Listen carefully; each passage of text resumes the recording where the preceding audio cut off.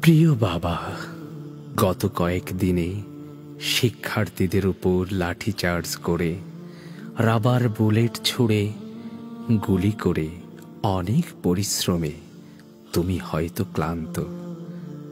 জানো বাবা, শাকিল পারভেজ নামে আমার এক সহপাঠী ছিল।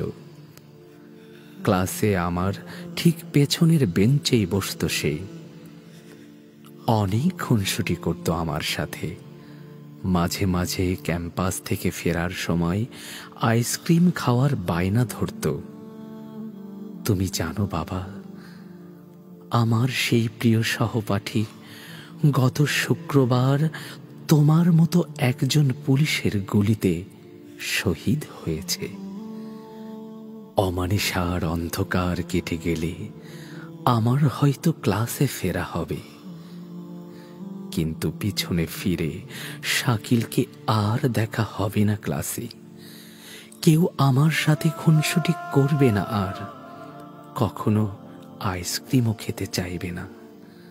জানো বাবা, ক্লাসের সবাই হয়তো আমার দিকে ভিন্ন নজরে তাকাবে, কারণ ওরা সবাই জানে আমার বাবা একজন পুলিশ অফিসার।